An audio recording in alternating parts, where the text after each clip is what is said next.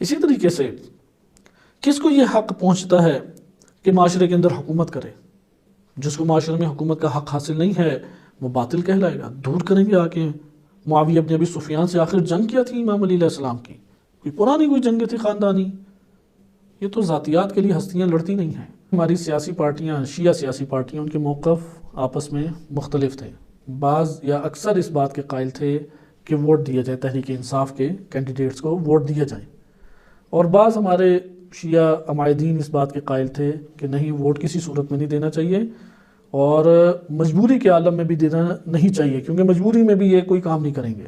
تو یہاں پہ یہ بات ہمیں پتہ لگی کہ اندر سے سیاسی موقف مفاد پرستی ہے مفاد کا مذہب مفاد۔ ایک کو بجلی چاہیے، ایک کو اپنے بڑوں کی رضامندی چاہیے، جس کے پاس جتنا ہوا اس نے وہ انجام دیا۔ بسم اللہ الرحمن الرحیم۔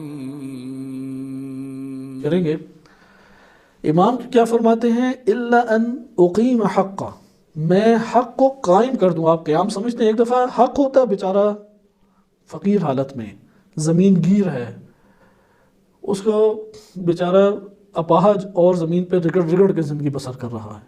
امام کہتے ہیں کھڑا کر دوں گا میں معاشرے کے اندر اسے، وہ نظر آئے گا، اس کا جاہ و جلال ہوگا، اس کی حاکمیت ہوگی۔ ان اقیم حقا، میں حق کو قائم کر دوں، وادفع باطلا، اور باطل کو دور کروں۔ اس کا کیا مطلب ہوا؟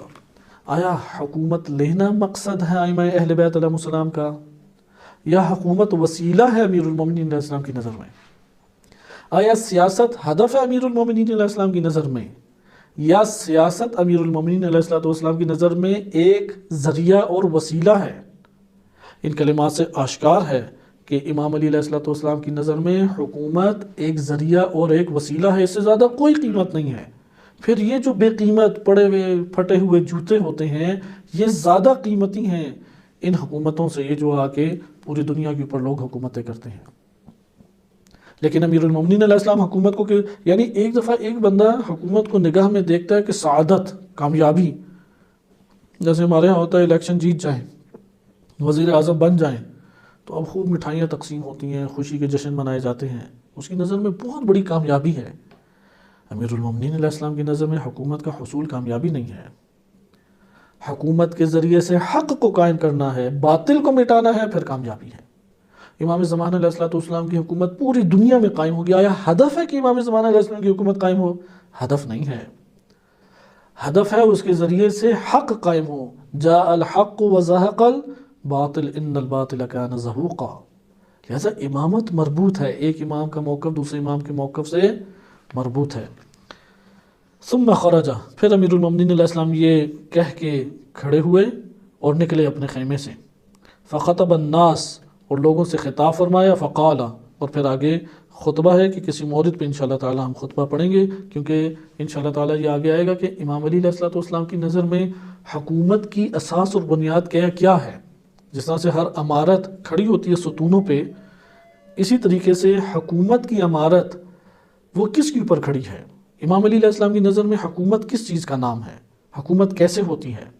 تو یہ تو پہلی چیز کہ امیر المومنین علیہ السلام کی نظر میں اصلاً حکومت وہ کوئی قدر و قیمت نہیں رکھتی، اتنی قدر بھی نہیں رکھتی کہ جتنی جوتے کی، یہ جو پھٹا ہوا جوتا ہے اس کی قیمت ہے، لا قیمت لہا، جس کی معاشرے میں کوئی قیمت نہیں ہوتی۔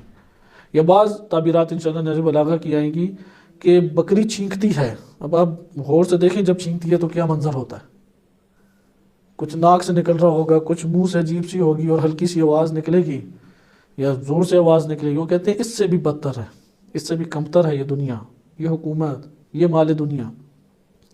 اگر آخرت آباد کرنی ہے، حق کو قائم کرنا ہے، باطل کو بھی، یعنی آسان لفظوں میں اگر کہا جائے تو ہم کہہ سکتے ہیں امام علی علیہ السلام کی نظر میں حصول حکومت کا ایک ہی فلسفہ ہے، حق کو قائم کر دیا جائے، باطل کو مٹا دیا جائے۔ اگر قیام حکومت سے یہ کام نہ ہو رہا ہو، وہ جوتے سے بھی بدتر ہے، اس پھٹے ہوئے جوتے سے جس کی معاشروں میں قیمت نہیں ہے، جس کی طرح کوئی دیکھنا نہیں چاہتا، اس سے بھی بدتر ہے۔ لہٰذا اگر کسی کے پاس کوئی منصب آتا ہے، کوئی حکومت آتی ہے، اتنا کافی نہیں ہے دعا امام زمانہ علیہ السلام میں نے بچوں کو کرا دی، اتنا کافی نہیں ہے کسی کو جابس پہ لگا دیا، حق قائم ہوا یا نہیں؟ کس کو حق پہنچتا ہے کہ معاشرے کے اندر کس دین کو حق پہنچتا ہے کہ وہ نافذ ہو، کس قانون کو یہ حق ہے کہ لوگوں کے اوپر جاری ہو، جو غیر بناتا ہے، جو پارلیمنٹ بناتی ہے، جو انسانی ذہن بناتا ہے، یا جو اللہ بناتا ہے۔ اس لیے حق، جس قانون کو حق حاصل ہے کہ وہ اجرا ہو، بس وہی جاری کریں گے امام علی علیہ السلام، اس کے علاوہ جتنے مقابلے میں سب باطل ہوں گے۔ اسی طریقے سے کس کو یہ حق پہنچتا ہے کہ معاشرے کے اندر حکومت کرے؟ جس کو معاشرے میں حکومت کا حق حاصل نہیں ہے وہ باطل کہلائے گا، دور کریں گے آ کے۔ معاویہ ابن ابی سفیان سے آخر جنگ کیا تھی امام علی علیہ السلام کی؟ کوئی پرانی کوئی جنگ تھی خاندانی؟ یہ تو ذاتیات کے لیے ہستیاں لڑتی نہیں ہیں، کیونکہ ان کی نظر میں معاویہ ابن ابی سفیان حکومت کرنے کا اہل نہیں ہے، کسی صورت میں اہل نہیں ہے، اور شدید ترین نہج بلاغہ میں موقف ہے امام علی علیہ السلام کا، کوئی ہلکا سا ایسا نہیں ہے، کوئی درمیانی شدت نہیں، انتہائی شدت کا موقف ہے، کیونکہ وہ حکومت کرنے کا حقدار نہیں ہے۔ لہذا حق علی علیہ السلام کے ساتھ ہے۔ تو یہ آپ نے حکومت کی اساس اور بنیاد دیکھی۔ اگر ہم اس اساس اور بنیاد کے قائل نہ ہوں تو پھر تو دوسری حکومت آتی ہے، بھائیوں کو نوازا جائے، بیٹوں کو کھلایا جائے، جائیدادیں بنائی جائیں، اور قیس و قصرہ کے طور طریقے رائج کر لیے جائیں۔ امام علی علیہ السلام حکومت اور بیت المال کا مال لے کے کیا قائم کرنا چاہتے ہیں؟ حق۔ اگر کوئی شخص یہ نظریہ رکھے اور اس کا بھائی ہو، اور بھائی بھی بڑی تنگی میں ہو، غربت بھی اس کی پرتاری ہو، بچے بھی بیچارے فقیر ہیں، زرد چہرے ہو چکے ہیں، سیاہ چہرے ہو چکے ہیں، ایسی صورت میں جو حق اور باطل کے معیارات کو نہیں رکھتا وہ انہیں مالا مال کرے گا یا تنہا چھوڑ دے گا؟ عزیز اقربا کو ہر کسی نے مالا مال کیا۔ آپ خلیفہ سوم کی زندگی شیعہ سنی دونوں کتب سے اٹھا کے دیکھ لیں۔ بعض تو ایسے افراد تھے کہ وارد ہوا ہے کتب تاریخ اور سیر میں، نبی صلی اللہ علیہ وسلم نے عبداللہ ابن ابی سرح اس کے بارے میں کہا کہ یہ اگر کعبے کے پردے سے بھی لپٹا ہو تو اسے قتل کر دو، یعنی اسے نکال دو، قتل کر دو۔ انہیں چھپا دیا گیا اموی ہتھ کنڈوں نے خلیفہ سوم کے دور میں۔ خلیفہ سوم نے پہلے اس دور میں چھپا دیا یا مدینے سے نکال دیا کہ قبل اس کے کوئی زد پہنچے، اور جب خلیفہ سوم کی خلافت آئی تو اس شخص کو والی بنا دیا مسلمانوں کے علاقوں کے اوپر، بعض علاقوں میں گورنر، پورا راج اسے دے دیا۔ یہ ہے ایک طرف دیکھیں طرز حکومت، اس سے ہمیں اندازہ ہو جاتا ہے۔ یعنی آج امام علی علیہ السلام آ جائیں، ہم آسان بات کریں کیونکہ یہ والا جو مورد ہے اس میں طرز تفکر کوئی شیعہ ہونے یا سنی ہونے سے بدل نہیں جاتا، بلکہ ہر انسان جس نے مطالعہ کیا ہے سیرت امیر المومنین علیہ السلام کا اور ان کے موقف سیاسی کو جس نے پڑھا ہے، اس کا کوئی نظریہ جدا ہو سکتا ہے۔ یہ ہمارے ساتھ ہوا بھی، کیونکہ سیاسی امور ہم ڈسکس کرتے رہتے ہیں۔ ایک واقعہ میں چھوٹا سا سناتا ہوں، اس کے بعد ہم دوسرا واقعہ نہج بلاغہ سے پڑھتے ہیں اور اسی کے اوپر ہم اختتام کریں گے۔ ہم یہ الہی حکومت، الہی حاکم، اس طرح کے نظریات کافی ڈسکس کرتے رہے، چند مہینوں یا سالوں کی بات ہے، یعنی ابھی کی، بہت سال بھی نہیں، چند مہینے کہہ لیں۔ تو اسی اثناء میں یہ والے الیکشن آگے جو موجودہ وزیر اعظم کے ہوئے ہیں، تو اس میں آپ جانتے ہیں ہماری سیاسی پارٹیاں، شیعہ سیاسی پارٹیاں، ان کے موقف آپس میں مختلف تھے۔ بعض یا اکثر اس بات کے قائل تھے کہ ووٹ دیا جائے، تحریک انصاف کے کینڈیڈیٹس کو ووٹ دیا جائے، اور بعض ہمارے شیعہ عمائدین اس بات کے قائل تھے کہ نہیں، ووٹ کسی صورت میں نہیں دینا چاہیے، اور مجبوری کے عالم میں بھی دینا نہیں چاہیے، کیونکہ مجبوری میں بھی یہ کوئی کام نہیں کریں گے۔ بہرحال موقف آپ بہتر جانتے ہیں جو چلتے رہے۔ تو یہاں پہ بھی ہم اسی طرح سے عمومی طور پہ کوئی شخصی اور کسی شخصیت کا نام لے کے ڈسکس نہیں کرتے، لیکن نظریات، تشیع کے نظریات جو مکتب تشیع کے اہل بیت سے پہنچے ہیں اس کو ڈسکس کرتے تھے۔ تو جو طلاب ہیں وہ سارے سنتے ہیں، سمجھتے ہیں۔ اب گئے پاکستان میں صرف 2 ہی طلاب، تو واپس جب آئے تو ان سے پوچھا کہ آپ نے ووٹ دیا یا نہیں۔ ایک نے کہا کہ ہم نے تحریک انصاف کو دیا ہے، دوسرے نے کہا کہ ہم نے مسلم لیگ کو دیا ہے۔ اچھا، تحریک انصاف والی تو بات سمجھ آتی، ان کے علاقے میں دباؤ ڈالا گیا ہوگا، دے دیا ہوگا اس نے، اس کے بڑوں نے سختی سے کہا۔ تو مسلم لیگ والا بڑا تاج و باور تھا، سب کے لیے تاج و باور ہے، ادھر کیوں دے دیا؟ تو اس نے کہا کہ ہمارے گاؤں میں وہ چند دنوں پہلے آئے، چند ہفتوں پہلے، اور انہوں نے کہا کہ ہم پورے گاؤں میں بجلی سپلائی کر دے دیں گے، اور ابتدائی طور پہ انہوں نے بعض گلیوں میں کھمبے لگا دیے اور ٹرانسفارمر بھی لگا دیے، اور تارے شارے بچھا دیے اور بعض رول ادھر رکھ دیے، اور کہا کہ اگر اس گاؤں کے لوگ مسلم لیگ کو دیں گے پورے گاؤں کو لائٹ مل جائے گی. لوگوں نے بھی دے دیا. اس نے کہا ہم نے اس لیے دے دیا کہ لائٹ تو کم سے کم پہنچے.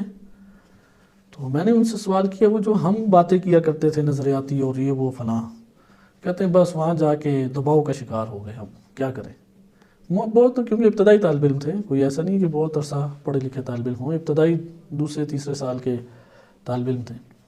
لیکن یہاں پہ یہ کہنا مقصود ہے کہ اگر طالب علم کی صورت میں یہ ہے تو عوام الناس میں تو بالکل ہی توقع نہ رکھیں. پھر انہیں بہت ساروں نے تو امام علی علیہ السلام کے سیاسی موقف کو نہ پڑھا، نہ سنا، نہ دیکھا.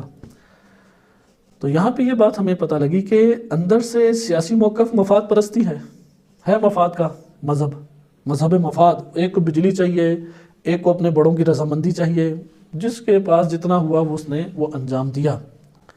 امام علی علیہ السلام کا موقف حق اور باطل ہے. اب آپ دیکھ رہے ہیں کہ ہمارے اس لیے یعنی اس کی ترویج کی انتہائی سخت ضرورت ہے کہ تم حق اور باطل کو مد نظر رکھو. امام فرماتے ہیں اس جوتے کی قیمت میری نظر میں کوئی نہیں ہے الا ان اقیم حق و ادفع باطلا، کہ اس کو میں دور کر دوں باطل کو اور حق کو قائم کر دوں، گاڑ دوں، اس کے پنجے گاڑ دوں. ایسی صورت میں مفاد نظر آئے گا، کیونکہ وہاں پہ شیعہ جو ہے وہ اس سنی کا حامی ہے کہ پورے پاکستان اس سنی کے حامی نہیں ہے، دیگر سنی بھی اور دیگر سیاسی پارٹیاں، لیکن یہ شیعہ حامی ہو جاتا ہے مفاد کی وجہ سے. ہم ملاحظہ کر رہے ہیں کہ اس کا یہ مطلب ہے سیاست ہمارے ہاں مفاد، سیاست کا مترادف پاکستان کی سرزمین میں کیا ہے؟ مفاد جس پارٹی سے ملے اس کے پیچھے بھاگ جائیں گے. اور یہ جو سیاسی پارٹیاں ہیں، بعض عمائدین ان کے بیانات سے بھی بعض اوقات ایسا ظاہر ہوتا ہے کہ اب اس پارٹی کی طرف رجحان ہے کیونکہ ہمیں مفاد اس سے مل جائے گا. لیکن دین اسلام امیر المومنین علیہ الصلوۃ بالفاظ دیگر اب ایک اور آسان طریقے سے اسی کو ایک سوال کی صورت میں ابھارتے ہیں. اگر آج ہمارے ملک میں جو ہماری سیاسی پارٹیاں ہیں ان میں سے ایک سیاسی پارٹی آ جائے اور جو اس سیاسی پارٹی کے چیئرمین ہیں یا جنرل سیکرٹری ہیں وہ وہاں پہ وزیر اعظم بن جائیں، تو وہاں پہ شیعوں کو جابز ملیں گی یا نہیں؟ کیا ہم سمجھتے ہیں دیں گے یا نہیں دیں گے شیعوں کو جابز؟ کیونکہ ان کا نعرہ ہی ہے بے گناہ قیدی جیلوں سے آزاد ہوں گے یا نہیں؟ بے گناہ قیدی بھی آزاد ہوں گے. اچھا، اسی طریقے سے امنیت لانے کی کوشش کریں گے یا نہیں؟ جو مسجدوں میں بمبارمنٹ ہوتی ہے، گولیاں چلتی ہیں، یہ والے مسائل ہیں یا نہیں؟ اب جب وہ دیں گے شیعوں کو تو وہاں پہ لازمی آتا ہے اہل سنت بھی تو کثرت سے موجود ہیں، ان کا کیا ہوگا؟ اب سیٹ تو ساری نہیں ہے، میرٹ کے اوپر شیعہ سنی تفریق کچھ نہ کچھ تو پڑ جائے گی نا. پھر یہی خدشات ہیں ہمارے ہاں. جو ہماری فوج ہیں ان میں بھی ان کو یہی خدشات ہوتے ہیں، اگر مذہبی عناصر کو قوی کیا تو وہ تو اپنے بندے لائیں گی، ایک عام پاکستانی بیچارہ کہاں جائے گا؟ وہ پھر اس کے مقابلے میں وطنیت کے نظریات کو لاتی ہیں. آئیں اس حوالے سے اگر امیر المومنین علیہ الصلوۃ والسلام آ جائے، یہ تو تھا ہمارے سیاسی دیگر آ جائیں وہ تو پارٹی والوں کو لائیں گے، ان کی تو بالکل واضح ہے بات. پیپلز پارٹی ہے وہ ان کو لائے گی، مسلم لیگ ہے وہ ان کو لائے گی، وہ قاف ہو، نون ہو یا بے جیم یہ یا ہو، وہ اپنوں کو لے کے آئے گی. تحریک انصاف والے وہ ٹوٹل کوشش کرتے رہے، وہ بیچارے 20% بھی اپنے نہیں لا سکے. پچھلے والے بیٹھے اتنے قوی ہیں لیکن وہ پھر بھی کہتے ہیں تبدیلی آ گئی. تو اب تو ایک لطیفہ یہ جملہ بن چکا ہے تبدیلی آ گئی. لیکن ہم ادھر ایک سوال کرتے ہیں، اگر امیر المومنین علیہ الصلوۃ والسلام وہ وہاں پر آ جائیں یا امام الزمان علیہ الصلوۃ والسلام آ جائیں، وہ شیعوں کو جابز دیں گے، سنیوں کو ہٹا دیں گے؟ آیا وہاں پہ اموال دینے کے لیے اور منصب دینے کے لیے اس طریقے سے وہ منصب دیں گے؟ اس کو ہم نہج البلاغہ سے حل کرتے ہیں. آیا ان کا اپنا چاہنے والا آ جائے اسے زیادہ عنایت کر دیں گے، دوسرے کو دیں گے ہی نہیں؟ آیا ان کے ہاں شیعہ سنی تفریق ہوگی یا کوئی حق باطل کوئی اس طرح کے معیارات ہیں؟ ممکن ہے کہ شیعہ ہو لیکن اندر سے مفاد کا مذہب پڑا ہو سکتا ہے. جب امام علی علیہ السلام کے دور میں تو کوئی فرقے نہیں تھے، صحابہ کرام تھے اور تابعین تھے. اگر وہاں پہ یہ تفریقیں پڑ سکتی ہیں تو کیسے توقع ہے کہ اس دور میں لشکر علوی کوئی خوارج میں نکل گیا، کوئی منافقین میں تقسیم ہوا، کوئی صورت بن گئی، تو کیسے ہو سکتا ہے کہ آج کے دور میں ایک ہی فرقے میں افراد تقسیم نہ ہوں؟ ہم یہ نہیں کہتے اہل سنت ہے تو ان میں کوئی معیار ہی نہیں، ان میں یہاں بھی بعض سنجیدہ افراد موجود ہیں لیکن دیگر بھی ہیں، شیعوں میں بھی اسی طرح. امام علی علیہ الصلوۃ والسلام اگر آج ہمارے ہی ریاست اور ملک کے اندر آ جائیں، وہ کس انداز میں حکومت کریں گے؟ اگر کوئی شیعہ اپنی فیملی کے ساتھ آئے کہے کہ یا امام میں تو کئی دنوں سے نہیں کھایا کھانا، کچھ تو دیں، وہ کہیں گے یا امام یہ تو بہت تھوڑا ہے. کیا کریں گے امام علی علیہ السلام؟ چونکہ شیعہ ہے چپکے سے دے دیں گے، سنی ہے تو کہیں گے نہیں ٹھیک ہے یہ دب کے رہے. اس لیے آئیں اس پہلو کو دیکھتے ہیں.